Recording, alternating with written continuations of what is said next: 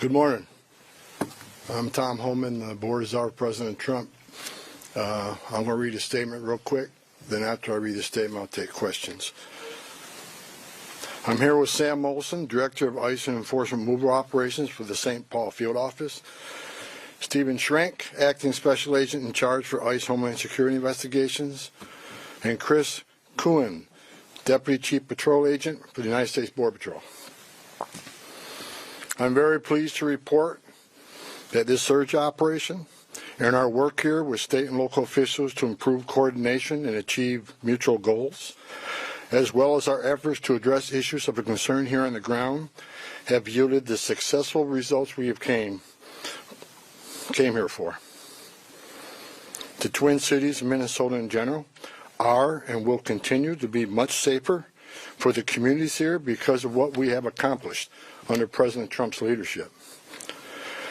I previously shared with you before I got here. Before I even got here, I met with, I said I was going to meet with the governor, the AG, and the Mayor Fry, Mayor Herr, and I've done all of that. I've also met with various police chiefs and sheriffs. And one thing we all had in common was the importance of ensuring and maintaining public safety. Overall, we made a lot of progress through extensive engagement, meeting with them and other key stakeholders. And it is expected that those engagements and discussions will continue going forward in order to enhance exchange of information and more coordination. As a result of this surge operation, we have greatly reduced the number of targets for enforcement action. And many criminal aliens have been arrested and taken off the streets, including murderers, sex offenders, national security threats, gang members, and other violent criminals. Just this week, ICE arrested a criminal alien with criminal convictions for rape, acts with a child under 14 years of age with force, lewd and lascivious acts with a child under 14. ICE also arrested 2 criminal aliens with criminal sexual misconduct convictions, among other violent criminals. Through targeted enforcement operations based on reasonable suspicion and prioritizing safety and security, ICE will continue to identify, arrest, and remove illegal aliens that pose a risk to public safety, like we've done for years.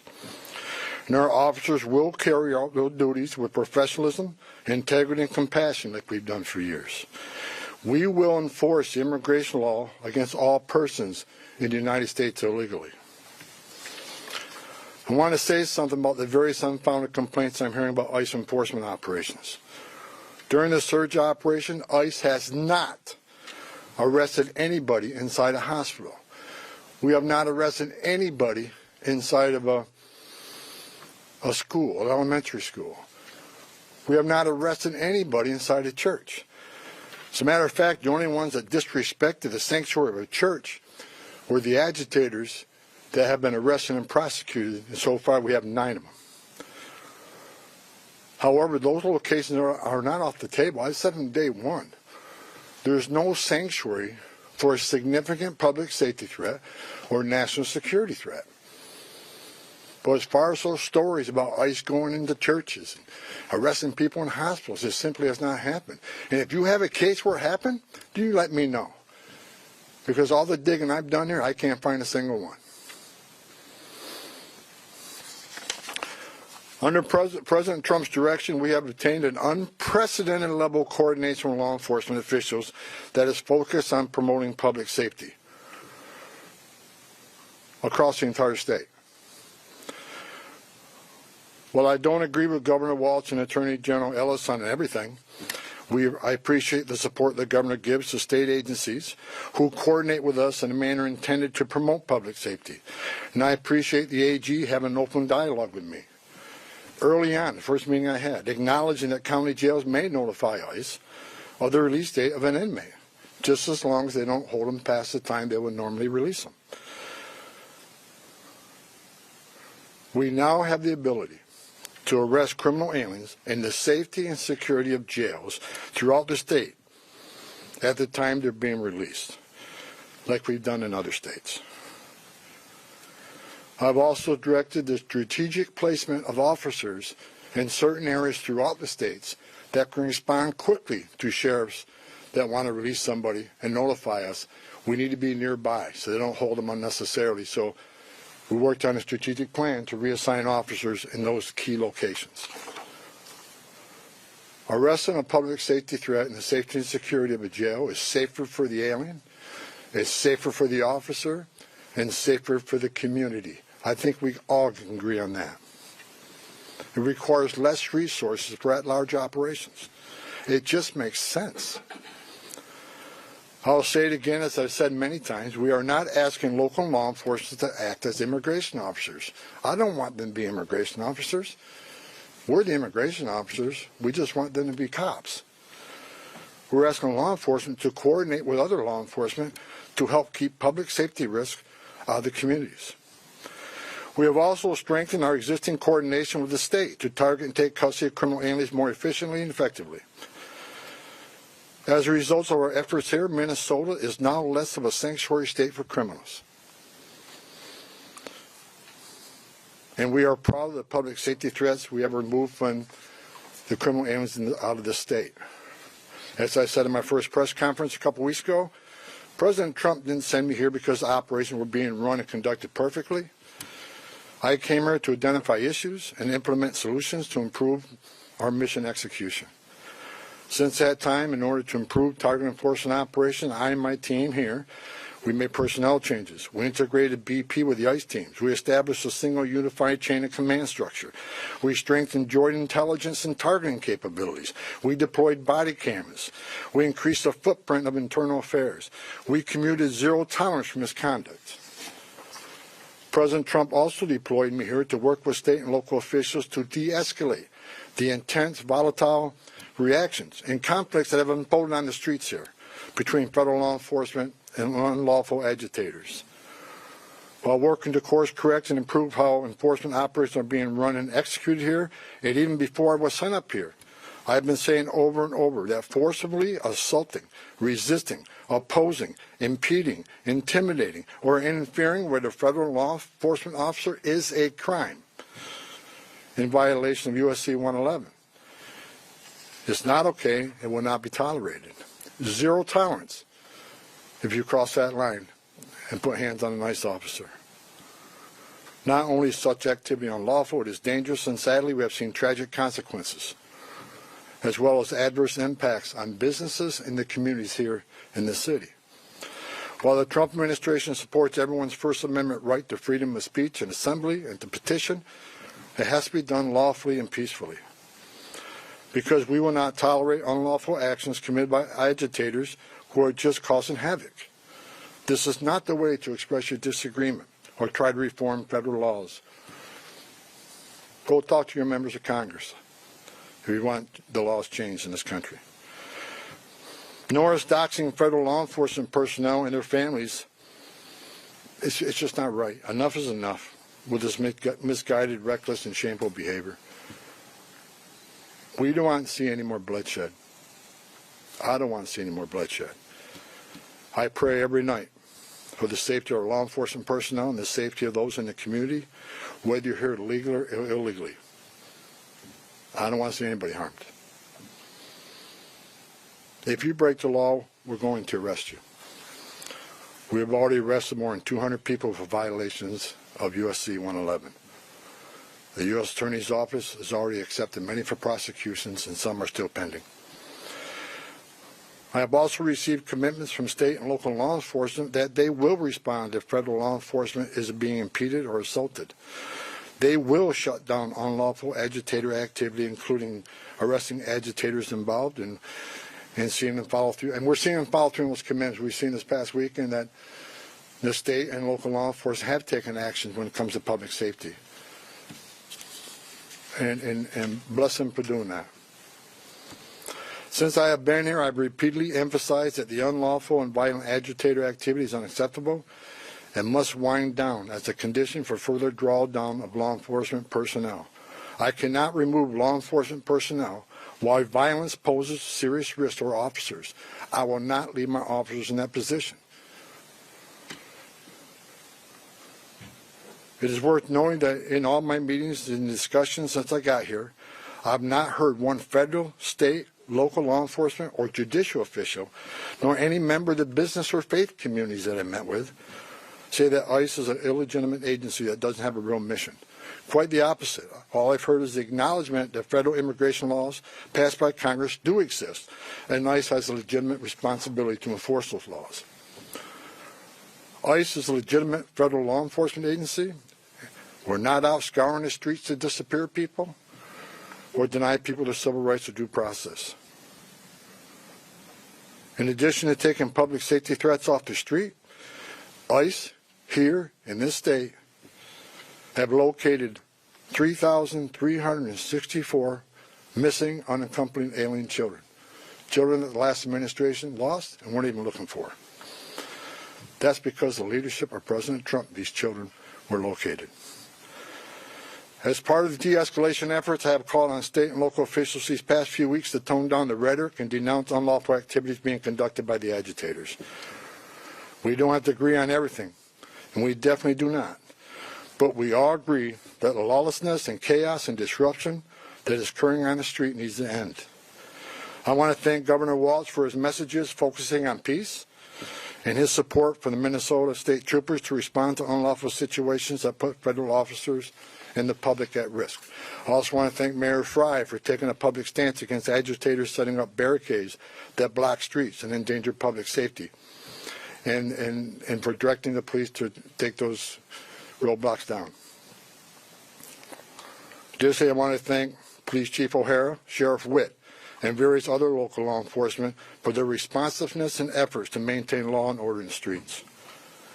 We've seen a big change here in the last couple of weeks, and it's all good changes. I'm also pleased to report that we're seeing a notable decrease on unlawful agitator activity here in Minneapolis and overall throughout the state. This is great news for Minnesota communities that have been adversely impacted by the lawlessness and chaos on the street. We have what we call here QRFs, Quick Response Force, security teams, that get called out when ICE officers are out doing operations. They get into trouble if agitators get out of control. If there's a danger and public safety is at risk, these QRFs respond to help these officers get off the X and get out of that situation. I asked today when I got here, I want to know what the QRF's call-outs are, what their deployments are. I want to know every time a QRF is called out. The QRF deployments have dropped dramatically because we have less of that occurring, less of the agitator that crossed that line. That is a good thing. That is a win for everybody, not just for the safety of law enforcement officers. It's a win for this community. With that, and success that has been made arresting public safety threats and other priorities since this search operation began, as well as the unprecedented levels of coordination we have obtained from state officials and local law enforcement, I have proposed, and President Trump has concurred, that this surge operation conclude. A significant drawdown has already been underway this week and will continue through the next week. We have a lot of work to do across this country to remove public safety risk who shouldn't even be in this country, and to deliver on President Trump's promise for strong border security and mass deportation. Law enforcement officers drawn down from this surge operation will either return to their duty stations or be assigned elsewhere to achieve just that. We will continue to enforce Title VIII immigration law throughout this nation. Prioritizing national security threats and public safety risks makes sense. But I'll continue to say over and over again, if you are here in the country legally, you're not exempt from our immigration laws. If we encounter you, we'll take appropriate enforcement action. For those that say we are backing down from immigration enforcement or the promise of mass deportations, you are simply wrong. Look at the data. Record number of arrests and deportations under President Trump's first year.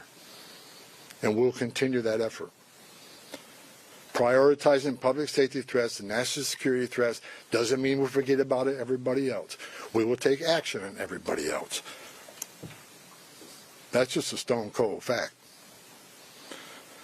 A small footprint of personnel will remain for a period of time to close out and transition full command and control back to the field office, as well as to ensure agitator activity continues to decline, and that state and local law enforcement continue to respond to ensure officer and community safety. Additionally, federal government personnel assigned to conduct criminal investigation into the agitators, as well as the personnel assigned here for the fraud investigations, will remain in place until their work is done. I will also remain on the ground for a little longer to oversee the drawdown of this operation and ensure its success. In closing, I want to thank the leadership and senior management that I've worked with for your efforts into these issues, determine deficiencies and challenges, present solutions, and implement improvements that will benefit how operations are run and executed nationwide. God bless the men and women of ICE, men and women of the Border Patrol. Appreciate everything you've done for us. Also, with sincere gratitude, President Trump and I want to thank the men and women of ICE and CBP and partner agencies who have been assigned here during Operation Metro Surge. You achieved a great success for the Minnesota communities. Thank you to your families as well, because I know they sacrifice also. Thank you, President Trump, for your vision, as well as your support and confidence in these brave, dedicated patriots that work hard to deliver on your strong commitment to law and order, public safety, prosperity for American communities. Today we have the most secure border in American history. We are seeing record numbers of people being arrested and deported. Your promise to make America safe again is being played out every day on the streets of this country.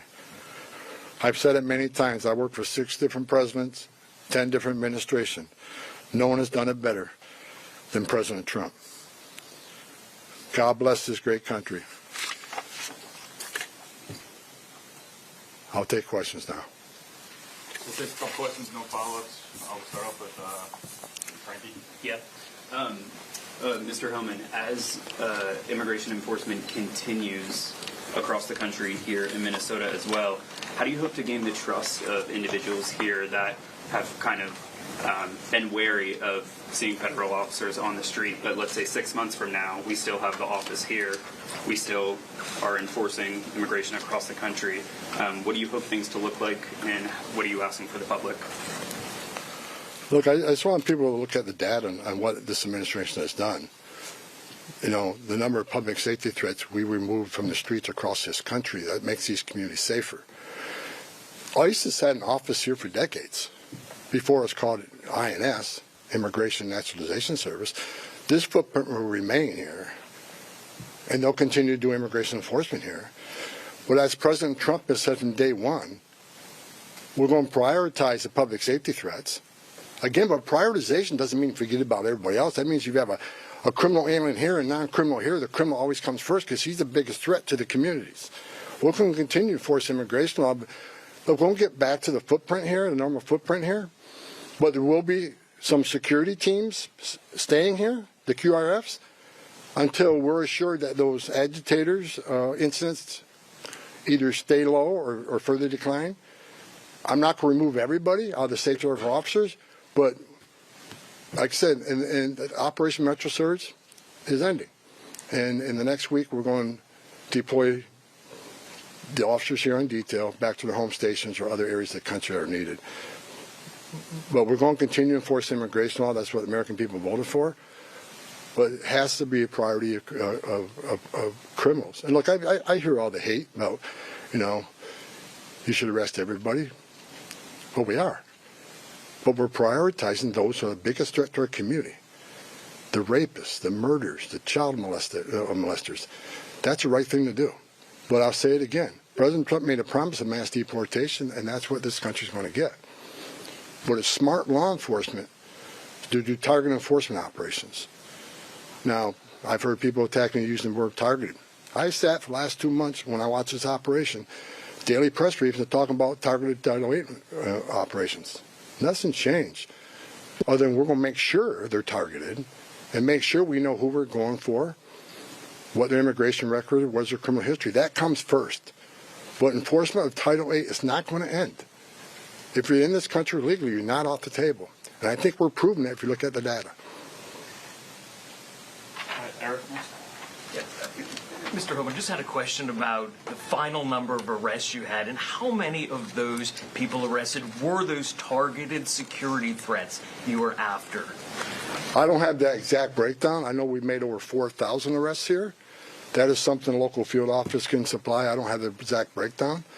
But I can tell you, since I've been on the ground, they've been target enforcement arrests. I believe they were target enforcement arrests before I got here.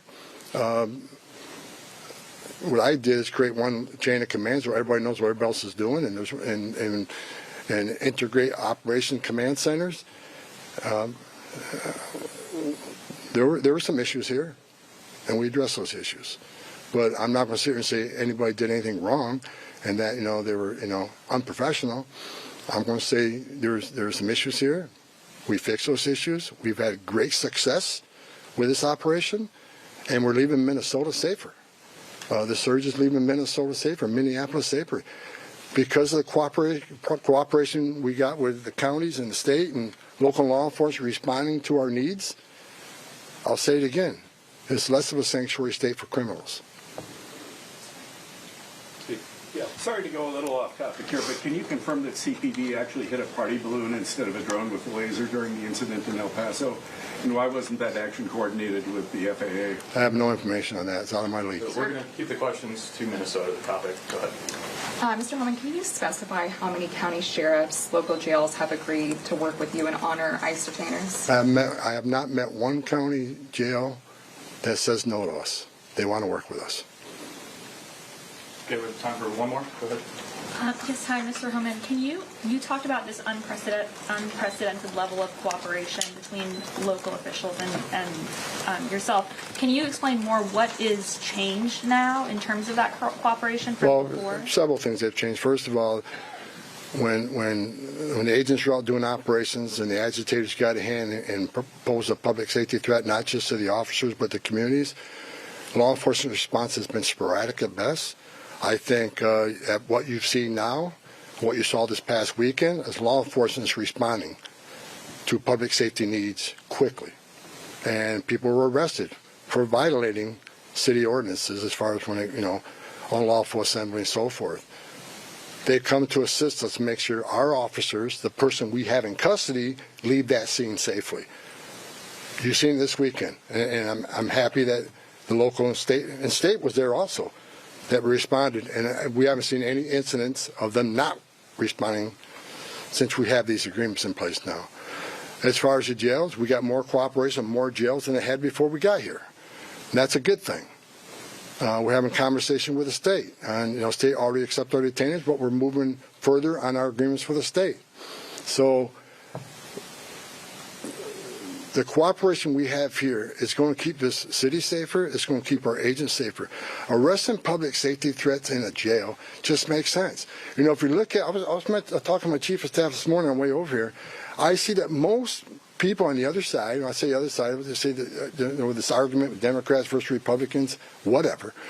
But most of the people, even the Democrats, are saying they want public safety threats to be the focus. They think public safety threats, illegal aliens, should be addressed. But to say that and not let us into jail, you can't square that. I just noticed the governor of New York, my home state. I've heard her say that she believes public safety threat, illegal aliens should be the focus of ICE. But to have a press conference last week to lock us out of the jails and end 287G agreements, how do you square that? You can't. So again, prioritization of public safety threats don't mean we forget about everybody else. We're going to enforce the immigration law, and we're going to have a mass deportation. President Trump promised that, and we're committed to that. However, it shouldn't be a partisan issue that you arrest public safety threats in the safety and security of a jail. Releasing public safety threats back in the public is just stupid. And I've been arguing this for years. And I hope Congress takes action on sanctuary cities and sanctuary states. It makes sense. If you think about it, even the argument I hear, well, victims and witnesses of crime that are in the country illegally want to feel safe to come to law enforcement and to report those crimes without fearing that this law enforcement agency is working with ICE. That's a bunch of crap. Because victims and witnesses of crime don't want the bad guy released to the neighborhood either. It's ridiculous. We want access to the person that you chose, the local jurisdiction chose, to lock in a jail cell. And we have that cooperation here now. It's the right thing to do, and it makes this community safer. This community is safer because we arrested 4,000 illegal aliens, and it's over 4,000 illegal aliens here. Many of them public safety threat. Not all of them. As I said, we're going to force immigration law, but this community is much safer because of President Trump's leadership and the men and women standing on this stage. Thank you. That's all the questions we're going to take right now.